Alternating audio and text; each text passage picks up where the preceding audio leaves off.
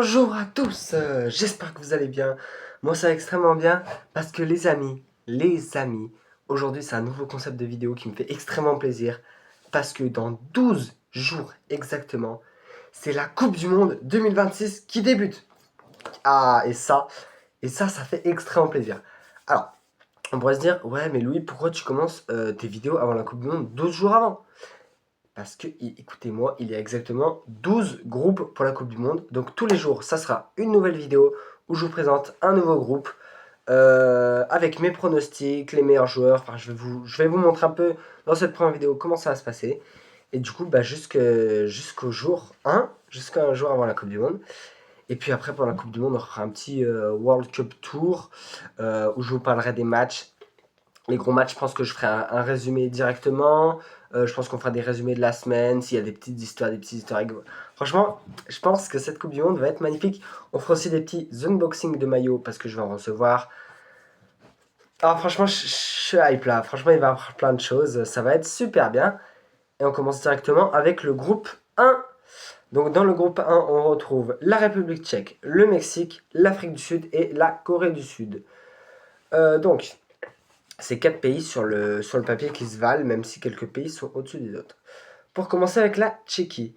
Donc la Tchéquie qui a fait deuxième de son groupe de qualification, qui a dû passer par les barrages niveau européen, donc qui s'est défait de l'Irlande et du Danemark au penalty.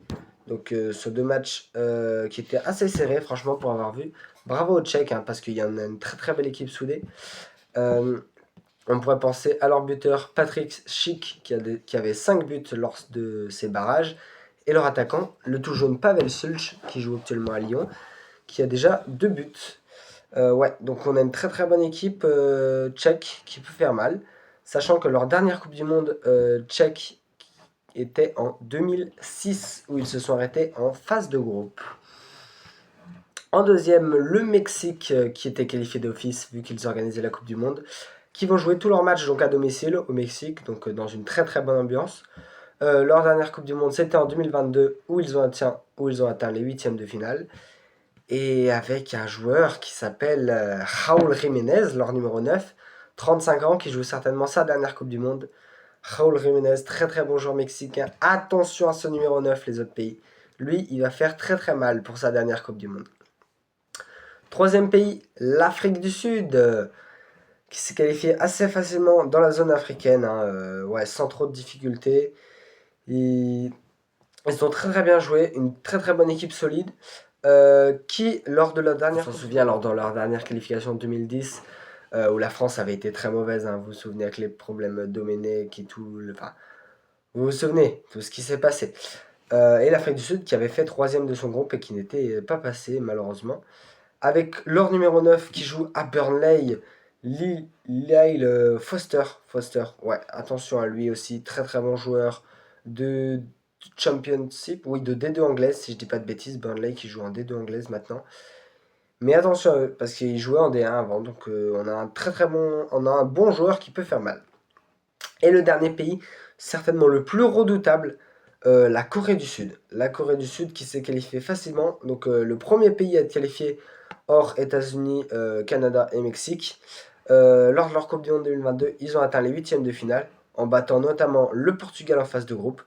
Donc non, on a une très très bonne équipe coréenne, avec évidemment des joueurs comme Heung-min Son qui joue à Los Angeles, qui est monstrueux, hein, c'est une légende de Tottenham, maintenant ça reste un excellent joueur.